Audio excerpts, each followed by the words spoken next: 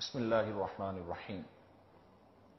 صحابہ اصل میں صحابی سے ہے، صحابہ جمع ہیں اور صحابی ایک واحد کا صیغہ ہے، ایک شخص کو صحابی کہتے ہیں۔ اصطلاحاً فقہ اسلام نے اس کی تعریف بیان فرمائی ہے، جس میں ارشاد فرمایا کہ اس شخص کو صحابی کہتے ہیں جس نے اپنی زندگی میں حالت ایمان میں اپنی آنکھوں سے نبی پاک صلی اللہ تعالی علیہ وآلہ وسلم کا دیدار کیا ہو، اور پھر حالت اسلام میں ہی اس کی موت واقع ہوئی ہو، اس کو صحابی کہا جاتا ہے۔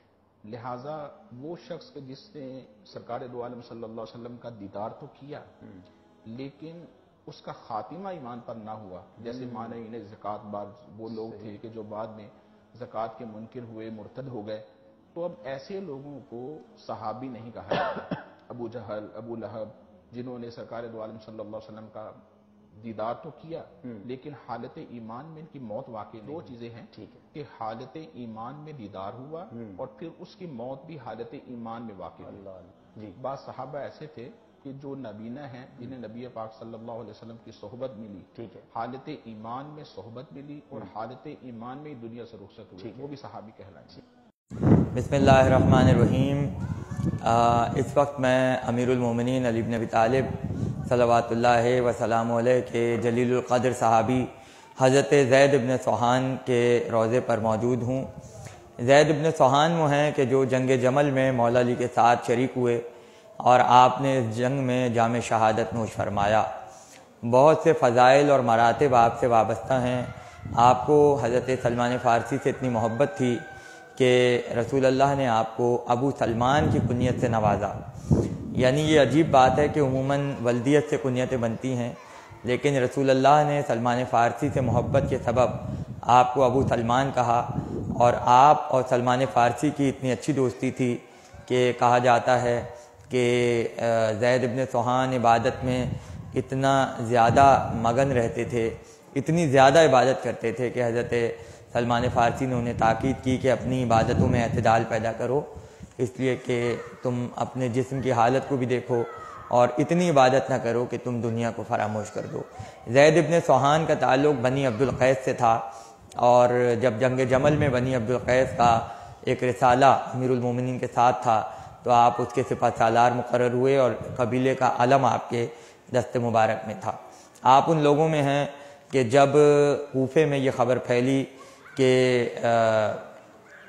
حضرت عائشہ اور مولا علی کے درمیان جنگ ہو رہی ہے تو یہ فیصلہ کرنا مشکل تھا کوفے والوں کے لیے کہ کس کا ساتھ دیا جائے، تو زید بن سوحان ان لوگوں میں تھے جنہوں نے بے بانگ اور دہل انداز میں اہل کوفہ کو دعوت دی کہ سوائے علی بن ابی طالب کے کسی اور کا ساتھ نہیں دیا جائے۔ جب یہ خبر حضرت عائشہ کو پہنچی تو انہوں نے ایک خط زید بن سوحان کو لکھا۔ مولا کائنات کے صحابی زید بن سوحان العبدی، ان کا شمار اصحاب و ابدال میں ہوتا تھا، جنگ جمل میں درجہ شہادت پر فائز ہوئے۔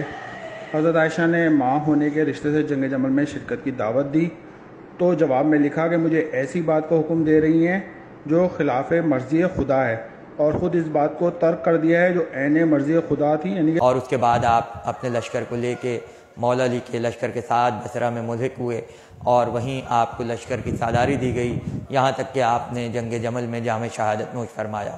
کہتے یہ ہیں کہ جب شہادت کا وقت تھا اور آپ زخمی ہو کے نیچے گرے اپنے گھوڑے سے تو مولا علی آپ کی بالی پہ تشریف لائے اور کہا کہ زید کیسا پاتے ہو اپنے آپ کو؟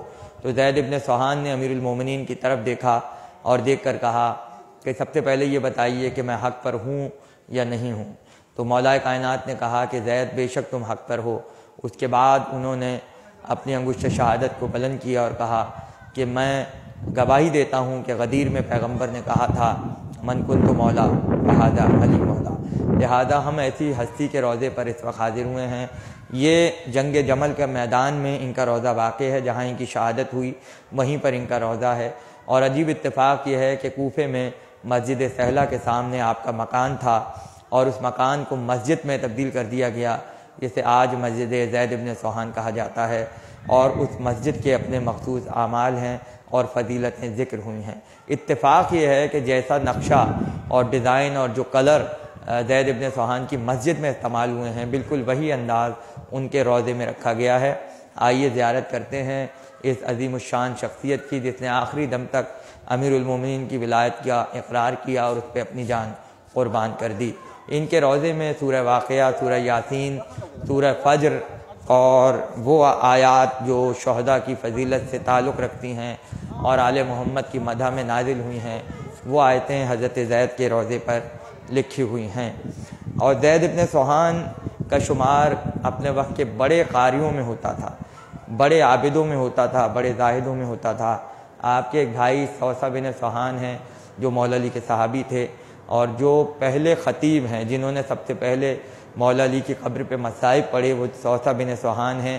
انہیں مولا نے بحرین کا گورنر بنایا تھا اور بحرین میں ہی صوصہ کی وفات ہوئی، اور آج وہیں پر صوصہ کا روضہ بحرین میں موجود ہے۔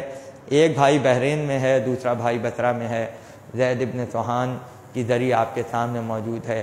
جس طرح سے مسجد سہلہ میں دونوں بھائیوں کے گھر ساتھ تھے، اسی طرح سے آج مسجد زید ابن سوحان اور مسجد صوصہ بن سوحان بھی ایک ساتھ بنی ہوئی ہیں۔